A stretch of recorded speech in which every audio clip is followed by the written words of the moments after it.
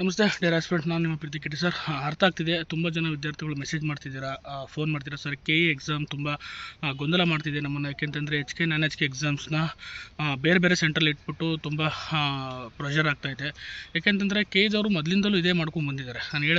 ನಾವು ನೋಡ್ತಲಿದ್ವಿ, ಏನೋ ಖುಷಿ ಪಟ್ಟಿದ್ವಿ KSP ಇಂದ KEಗೆ ಬಂತು, ಬೇಗ ಎಕ್ಸಾಮ್ ಕಂಡಕ್ಟ್ ಬೇಗ ಎಕ್ಸಾಮ್ ಕಂಡಕ್ಟ್ ಮಾಡ್ತಾರೆ, ಬೇಗ ರಿಸಲ್ಟ್ ಕೊಡ್ತಾರೆ ಅಂದರೆ ಇವರು ಹುಡುಗರನ್ನ ಟೆನ್ಷನ್ ಕ್ರಿಯೇಟ್ ಮಾಡೋದೇ ಆಗೋಗ್ಬಿಟ್ಟಿದೆ. ಅಪ್ಲಿಕೇಶನ್ ಹಾಕ್ಬೇಕಾದ್ರೆ ಟೆನ್ಷನ್ನು, ಇದು ಆಧಾರ್ ಕಾರ್ಡು ಮಿಸ್ ಮ್ಯಾಚು, ಮತ್ತು ಯಾವುದೇ ಥರ ಪೇಮೆಂಟ್ ಜಾಸ್ತಿ. 750 ರೂಪಾಯಿ ಒಂದು ಅಪ್ಲಿಕೇಶನಿಗೆ ತೊಗೊಂಡಿದ್ದಾರೆ. ಇವರು ಕಾಲ್ ಮಾಡೋರು ಎಕ್ಸಾಮ್ಸ್ ಅಪ್ಲಿಕೇಶನ್ಗೆ ಏನಿಲ್ಲ ಅಂದ್ರೆ 10,000 ಮೇಲೆ ದುಡ್ಡಾಗುತ್ತೆ. ಅದಾಗಲಿ ಹೋಗಲಿ, ಕಟ್ಬಿಡೋಣ. ಆಮೇಲೆ ಈಗ ಟೈಮ್ ಸ್ಪ್ಯಾನು, ಓದೋಕ್ಕೆ ಟೈಮ್ ಕೊಟ್ಟಿಲ್ಲ, ಬರೀ 60 ದಿನ 40 ದಿನ ಟೈಮ್ ಕೊಟ್ಬಿಟ್ಟು ಎಕ್ಸಾಮ್ ಕಂಡಕ್ಟ್ ಮಾಡ್ತಾರೆ. ಅದಕ್ಕೂ ರೆಡಿ, ಓಕೆ ಮಾಡೋಣ, ಅದನ್ನು ಮಾಡೋಣ. ಆದರೆ ಎಕ್ಸಾಮ್ ದಿನ ಅದು ಟೆನ್ಷನು. ಅಂತಂದರೆ 2 ಎಕ್ಸಾಮ್ ಅಪ್ಲೈ ಮಾಡಿದರೆ, HK ಮತ್ತು NaN-HK, ಅಥವಾ ಹೈದರಾಬಾದ್ನ ಕಲ್ಯಾಣ ಕರ್ನಾಟಕ ಮತ್ತು ನಾನು ಇದಕ್ಕೆ ಕಲ್ಯಾಣ ಕರ್ನಾಟಕ ಅದು ತೊಗೊಂಡಾಗ 2 ಎಕ್ಸಾಮ್ಸ್ನು ಒಂದೇ ಸೆಂಟ್ರಲ್ಲಿ ಇಟ್ಟಿದ್ರೆ ಸರಿ ಆಗ್ತಿತ್ತು. ಅದನ್ನು ಒಂದು ಸೆಂಟ್ರನ್ನ ಇನ್ನೊಂದು ಕಡೆ ಇಟ್ಟಿದ್ದಾರೆ, ಇನ್ನೊಂದು ಸೆಂಟ್ರ್, ಒಂದು ಸೆಂಟ್ರ್ ಇನ್ನೊಂದು ಸೆಂಟ್ರು 60ರಿಂದ 70 ಕಿಲೋಮೀಟರ್ ಡಿಸ್ಟೆನ್ಸ್. ಯಾವ ರೀತಿ ಕವರ್ ಮಾಡೋಕ್ಕಾಗುತ್ತೆ? ನೀವು ಹೋಗೋಕ್ಕಾಗುತ್ತೆ? ಹುಡುಗನ ಮೆಂಟಲಿಟಿ ಏನಾಗಬೇಕು, ಹುಡುಗನ ಟೆನ್ಷನ್ ಏನಾಗಬೇಕು, ಊಟ ಯಾವಾಗ ಮಾಡ್ತಾನೆ, ನಿಮಗೆ 1.5 ಗಂಟೆ ಮುಂಚೆ ಬರಬೇಕು, ಯಾವಾಗ ಅಟೆಂಡ್ ಮಾಡ್ತಾನೆ, ಇದನ್ನೆಲ್ಲ ಸ್ವಲ್ಪ ಪ್ರಾಕ್ಟಿಕಲಾಗಿ ಯೋಚನೆ ಮಾಡಬೇಕು. ನಿಮ್ಮ ಎಕ್ಸಾಮ್ ನಡೆಸೋ ಒಂದು ಉತ್ಸಾಹದಲ್ಲಿ, ಅಥವಾ ನೀವು ಏನೋ ಎಕ್ಸಾಮ್ ಕಂಡಕ್ಟ್ ಮಾಡಿಬಿಟ್ಟಿವಿ, ನಾವು ಸಕ್ಸಸ್ ಮಾಡಿಬಿಟ್ಟಿವಿ ಅನ್ನೋ ಹೇಳಿದ್ರಲ್ಲಿ ಹುಡುಗರನ್ನ ಮೆಂಟಲ್ ಪ್ರೆಷರ್ ನೋಡಬೇಕು. ಅವನು 4-5 ವರ್ಷದಿಂದ ಕೂತ್ಕೊಂಡು ಓದಿರ್ತಾನೆ ಒಂದು ಎಕ್ಸಾಮ್ಗೋಸ್ಕರ. ಒಂದು ಎಕ್ಸಾಮ್ ಮಿಸ್ ಆದ್ರೆ ಅವ್ನು ಎಷ್ಟು ಪಶ್ಚಾತ್ತಾಪ ಪಡ್ತಾನೆ ಪಾಪ. ಧಾರವಾಡ, ಬಿಜಾಪುರಗಳಲ್ಲಿ, ಹೈದರಾಬಾದ್, ಕರ್ನಾಟಕಗಳೆಲ್ಲ ನೋಡಿದ್ದೀವಲ್ಲ, ಊಟಕ್ಕಿರೋಲ್ಲ ಪಾಪ. ಅಂಥ ಹುಡುಗರು ಓದ್ತಾ ಇರ್ತಾರೆ. ಅಂಥವ್ರಿಗೆ ನೀವು ಇಷ್ಟೆಲ್ಲ ಅಪ್ಲಿಕೇಶನ್ ಫೀಸ್ ತೊಗೊಂಡು ಒಂದು ಕರೆಕ್ಟಾಗಿ ಒಂದು ಪ್ಲ್ಯಾಂಡಾಗಿ ಸೆಂಟ್ರ್ಗಳನ್ನ ಸೆಟ್ ಮಾಡೋಕ್ಕಾಗಲಿಲ್ಲ ಅಂದರೆ ಏನು? ಅದು ಆಯಿತು, ಓಕೆ, ನೀವು ನಮ್ಮಲ್ಲಿ ಸೆಟ್ ಮಾಡ್ತೀರ, ಆಮೇಲೆ ಸಾಲ್ವ್ ಮಾಡ್ತೀರಾ ಪ್ರಾಬ್ಲಮ್ನ. ಆ ಹುಡುಗ ನಮ್ಮ ಒಂದು ಮೆಂಟಲ್ ಏನಾಗಬೇಕು, ಒಂಥರ ಆ ಸಿಚುವೇಶನ್ ಫೇಸ್ ಮಾಡಬೇಕಲ್ಲ. ಓದೋ ಟೈಮ್ ಇದು, ರಿವಿಷನ್ ಮಾಡೋ ಟೈಮು, ಪೀಸ್ಫುಲ್ಲಾಗಿರೋ ಟೈಮಲ್ಲಿ ನೀವು ಟೆನ್ಷನ್ ಕೊಡ್ತಾ ಇದ್ದೀರಾ. ಮತ್ತು ಅಪ್ಲಿಕೇಶನ್ ಹಾಕ್ಬೇಕಾದ್ರೆ 100 ಸಮಸ್ಯೆ ನಿಮ್ಮದು.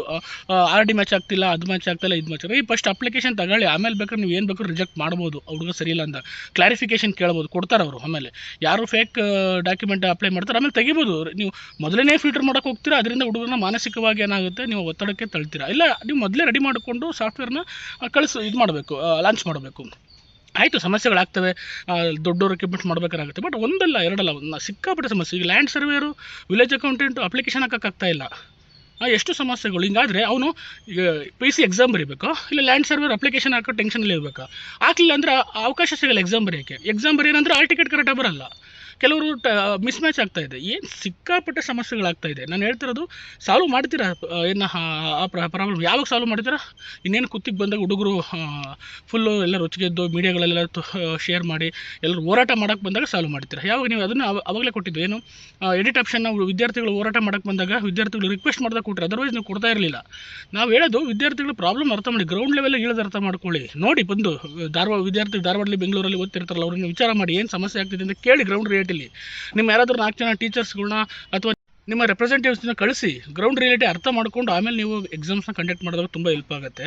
ನಾವು ಹೇಳ್ತಿರೋದು ವಿದ್ಯಾರ್ಥಿಗಳಿಗೆ ಈಗ ಖಂಡಿತ ತೊಂದರೆ. ಯಾಕೆಂದರೆ 4-5 ವರ್ಷಗಳಿಂದ ಕೂತ್ಕೊಂಡು ಓದ್ತಿರೋ ವಿದ್ಯಾರ್ಥಿಗಳಿದ್ದಾರೆ. ಅವ್ರಿಗೆ ಒಂದು ಸಣ್ಣ ತೊಂದರೆ ಆದ್ರೂ ಅವನ ಎಕ್ಸಾಮ್ ಮೇಲೆ ಪರಿಣಾಮ ಬೀರುತ್ತೆ, ಅವನ ರಿಸಲ್ಟ್ ಮೇಲೆ ಪರಿಣಾಮ ಬೀರುತ್ತೆ, ಅವನ ಮಾನಸಿಕ ಸ್ಥಿತಿ ಮೇಲೆ ಪರಿಣಾಮ ಬೀರುತ್ತೆ. ಇದನ್ನು ಅರ್ಥ ಮಾಡ್ಕೊಳ್ಳಿ. ಎಲ್ಲ ಇರೋದು almost all middle class, below middle class ಹುಡುಗರು. ನೀವು ಕೊಟ್ಟಿರೋ ಸೆಂಟ್ರು ಬೆಂಗಳೂರಲ್ಲೇ ಒಂದು KR ಪುರಂ ಕೊಟ್ಟಿದ್ದೀರಾ, ಇನ್ನೊಂದು ಸಹಕಾರಿ ನಗರದಲ್ಲಿ ಕೊಟ್ಟಿದ್ದೀರಾ. ನಿಮಗೆ ಗೊತ್ತು ಬೆಂಗಳೂರು ಟ್ರಾಫಿಕ್ ಎಷ್ಟಿರುತ್ತೆ. ½ ಅನ್ ಅವರ್ ಬರೋಕ್ಕೆ ಸಾಧ್ಯನೇ ಇಲ್ಲ. 1.5 ಗಂಟೆ ಮುಂಚೆ ಬರಬೇಕು ಅಂತ ಮೊದಲೇ ಎಕ್ಸಾಮ್ಗೆ ಹೇಳ್ತಾರೆ. ಅಕಸ್ಮಾತ್ ಎಕ್ಸಾಮ್ ಲೇಟ್ ಬಂದರೆ ಸ್ಟೂಡೆಂಟ್ಸ್ನ ಹೊರಗಡೆ ಹಾಕ್ತೀರಾ, ಆಮೇಲೆ ಅವ್ರ ಲೈಫ್ ಹಾಳಾಗೋಯ್ತು. ಅರ್ಥ ಆಗ್ತಿದೆ? ಅದಕ್ಕೆ ನೀವು ಅರ್ಥ ಮಾಡ್ಕೋಬೇಕು. ನೀವು ಏನು KEದವರು ಈಗ ಎಕ್ಸಾಮ್ ಕಂಡಕ್ಟ್ ಮಾಡ್ತಿದ್ದಾರೆ, ತುಂಬ ಚೆನ್ನಾಗಿ ಕಂಡಕ್ಟ್ ಮಾಡ್ತಿದ್ದಾರೆ, ಕ್ವಾಲಿಟಿ ಪೇಪರ್ ಇರುತ್ತೆ, ಎಲ್ಲ ಓಕೆ. ಬಟ್ ಅದು ಈ ಥರ ಸಮಸ್ಯೆಗಳು ಬಂದಾಗ ನಿಮ್ಮ ಮೇಲೆ ಏನಾಗುತ್ತೆ, ಏನಪ್ಪ ಇದು ಗೊಂದಲ ಸೃಷ್ಟಿ ಆದಂಗೆ ಆಗುತ್ತೆ. ಒಂದು ಪೀಸ್ಫುಲ್ಲಾಗಿ ಎಕ್ಸಾಮ್ ಕಂಡಕ್ಟ್ ಮಾಡೋಕೆ, ಇಲ್ಲಾಂದ್ರೆ ಬೇರೆ ದಿನ ಇಡಿ. ಒಂದೇ ದಿನ 2 ಎಕ್ಸಾಮ್ ಇಡೋ ನೆಸೆಸಿಟಿ ಇರ್ತಿರಲಿಲ್ಲ. ಡೇಟ್ ಇಲ್ವ, ಮುಂದಕ್ಕೆ ಹಾಕಿ, ಮುಂದಿನ ಡೇಟ್ ತೊಗೊಳ್ಳಿ. ಆಮೇಲೆ ಇನ್ನು BEd ಹುಡುಗರಿಗೂ ತೊಂದರೆ ಆಗಿದೆ. CTET ಬರೋ ವಿದ್ಯಾರ್ಥಿಗಳು ನಿಮಗೇನೆ ಮುಂಚೆನೇ ಅವರು ಡೇಟ್ ಅನೌನ್ಸ್ ಮಾಡಿದ್ರು, ಭಾನುವಾರ ನಡೆಯುತ್ತೆ 2ನೇ ತಾರೀಕು ಅಂತ. ಆ ವಿದ್ಯಾರ್ಥಿಗಳಿಗೂ ತೊಂದರೆ ಆಗ್ತಿದೆ. ಅದನ್ನು ನೀವು ಕೇರ್ ಮಾಡ್ತಾ ಇಲ್ಲ ಅಲ್ವಾ? ಈ ಥರ ಎಲ್ಲ ಸಮಸ್ಯೆಗಳಿದೆ. ಅಪ್ಲಿಕೇಶನ್ ಹಾಕೋಕ್ಕಂತೂ ಒಂದು ದೊಡ್ಡ ಇದೇ ಆಗೋಗ್ಬಿಡುತ್ತೆ ನಿಮ್ಮ ಅಪ್ಲಿಕೇಶನ್. ನಾನು ನೋಡಿದ್ದೀನಿ ತುಂಬ ವಿದ್ಯಾರ್ಥಿಗಳು ಸಿಕ್ಕಾಪಟ್ಟೆ ಪ್ರೆಷರಲ್ಲಿದ್ದಾರೆ. ಇದು ನಾನು ಪರ್ಸ್ನಲಾಗೆ ಫೀಲ್ ಮಾಡೋದು. ಅಂದರೆ ನಮ್ಮ ಹುಡುಗರು ವಿದ್ಯಾರ್ಥಿಗಳು ಬಂದು ನನ್ನ ಹತ್ರ ಹೇಳ್ತಾರೆ, ಅಥವಾ ನನಗೆ ಫೋನ್ ಮಾಡಿ ಮೆಸೇಜ್ ಮಾಡಿ ಹೇಳ್ತಾರೆ, ಈ ಥರ ಪ್ರಾಬ್ಲಮ್ ಆಗ್ತದೆ. ಪ್ರತಿದಿನ ಒಂದು 50ರಿಂದ 100 ಜನ ಮೆಸೇಜ್ ಮಾಡಿ ಹೇಳ್ತಿರ್ತಾರೆ, ಈ ಥರ ಪ್ರಾಬ್ಲಮ್ ಆಗಿದೆ ಅಂತ ಅಂದ್ಬಿಟ್ಟು. ಹಾಗಾಗಿ ಸಾಲ್ವ್ ಮಾಡ್ತೀರ ಅನ್ನೋ ನಂಬಿಕೆ ನಮಗಿದೆ. ವಿದ್ಯಾರ್ಥಿಗಳಿಗೆ ಯಾವುದೇ ಥರ ಗೊಂದಲ ಆಗ್ದಂಗೆ ಅದನ್ನು ಸಾಲ್ವ್ ಮಾಡಿ ಅವರಿಗೆ ಏನು 2 ಎಕ್ಸಾಮ್ನ ಬರೆಯೋಕ್ಕೆ ಅವಕಾಶ ಆಗಬೇಕು. ಮತ್ತು ಹುಡುಗರು ಪೀಸ್ಫುಲ್ಲಾಗಿ ಬರೀಬೇಕು. ಭಾಳ ಒಂದು ಮನಸ್ಥಿತಿ ಅವ್ರು ಬರಿಬೇಕಾದ್ರೆ ಪೀಸ್ಫುಲ್ ಆಗಿರೋ. ನೀವು ಅಲ್ಲಿಂದಲೇ ಟ್ರಾವೆಲ್ ಮಾಡ್ಕೊಂಬನ್ನಿ, 2 ಅವರ್ ಕುಳಿ, ಮುಂಚೆವ್ರು ಮುಂದೆ ಬನ್ನಿ, ಮತ್ತು ಬೇರೆ ರೂಲ್ಸ್ ಎಲ್ಲ ಹೇಳ್ತೀರಾ, ನೀವೇ ರೂಲ್ಸ್ ಫಾಲೋ ಮಾಡಲಿಲ್ಲ ಅಂದರೆ ತುಂಬ ಕಷ್ಟ ಆಗುತ್ತೆ. ವಿದ್ಯಾರ್ಥಿಗಳ ಪರಿಸ್ಥಿತಿನ ಅರ್ಥ ಮಾಡ್ಕೊಳ್ಳಿ. ಯಾಕೆಂದರೆ ನಾನು ಆ್ಯಸ್ ಎ ಸ್ಟೂಡೆಂಟ್, ಒಬ್ಬ ಆ್ಯಸ್ಪಿರೆಂಟಾಗಿ ನಾನು ನಿಮಗೆ ಹೇಳ್ತಾ ಇದ್ದೀನಿ.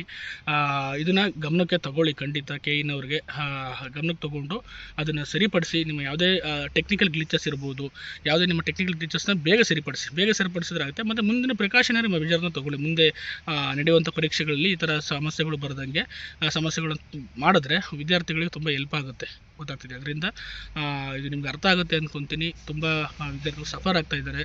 ಯಾಕೆ ಹೇಳ್ತಾ ಇದ್ದೀನಿ ಅಂದರೆ, ನಾವು ಕಣ್ಣಾರೆ ನೋಡಿದ್ವಿ ವಿದ್ಯಾರ್ಥಿಗಳ ಪರಿಸ್ಥಿತಿಗಳನ್ನ. ಆ ಪರಿಸ್ಥಿತಿಗಳನ್ನ ನಿಮ್ಮ ಮುಂದೆ ಇಡ್ತಾ ಇದ್ದೀವಿ. ದಯವಿಟ್ಟು ಇದನ್ನು ಕನ್ಸಿಡರ್ ಮಾಡಿ ಅವ್ರಿಗೆ ಬೇಗ ಸೊಲ್ಯೂಷನ್ಸ್ ಕೊಡಿ. ಎಕ್ಸಾಮ್ನ ಪೀಸ್ಫುಲ್ಲಾಗಿ ಕಂಡಕ್ಟ್ ಮಾಡಿ, ಟ್ರಾನ್ಸ್ಪರೆಂಟಾಗಿ ಕಂಡಕ್ಟ್ ಮಾಡಲಿ. ಎಲ್ಲರಿಗೂ ಒಂದು ಒಳ್ಳೆ ಎಕ್ಸಾಮ್ ಬರೆಯೋ ಥರ ಅವಕಾಶ ಮಾಡಿಕೊಡಿ. ಯಾರಿಗೂ ಒಬ್ಬ ವಿದ್ಯಾರ್ಥಿಗೆ ಅನ್ಯಾಯ ಆದ್ರೂ, ಯಾಕೆಂದರೆ ಲಾಸ್ಟ್ ಟೈಮ್ KPSC ನಡೆದಂಥ PDO ಎಕ್ಸಾಮಲ್ಲಿ ಇದೇ ಥರ ಸೆಂಟ್ರ್ ಪ್ರಾಬ್ಲಮ್ ಆಗಿ ಎಷ್ಟೋ ಜನ ಎಕ್ಸಾಮ್ ಬರೀಲಿಲ್ಲ, ಮತ್ತು ಅವ್ರಿಗೆ ಅವಕಾಶನೇ ಸಿಗಲಿಲ್ಲ. ಎಷ್ಟೋ ವಿದ್ಯಾರ್ಥಿಗಳು ಲೈಫ್ ಹಾಳು ಮಾಡಿಕೊಂಡ್ರು. ಆ ಥರ ಆಗಬಾರ್ದು, ಅದು ವಿದ್ಯಾರ್ಥಿಗಳಿಗೆ ಅನ್ಯಾಯ ಆಗಬಾರ್ದು ಅನ್ನೋದು ನಮ್ಮ ಒಂದು ಉದ್ದೇಶ. ಅದಕ್ಕೋಸ್ಕರನೇ ವಿಡಿಯೋ ಮಾಡ್ತೀನಿ. ದಯವಿಟ್ಟು ಇದನ್ನು ಕನ್ಸಿಡರ್ ಮಾಡಿ ಸರಿಪಡಿಸ್ತೀರ ಅನ್ನೋ ಒಂದು ಭರವಸೆ ನಮಗಿದೆ ಅಂತ ಹೇಳ್ತಾ, ಸರಿಪಡಿಸಿ ಪ್ಲೀಸ್. ದಯವಿಟ್ಟು ವಿದ್ಯಾರ್ಥಿಗಳು ಅನುಕೂಲ ಮಾಡಿಕೊಡಿ ಅಂತ ಹೇಳ್ತಾ ಎಲ್ಲರಿಗೂ ವಂದನೆಗಳು. Thank you.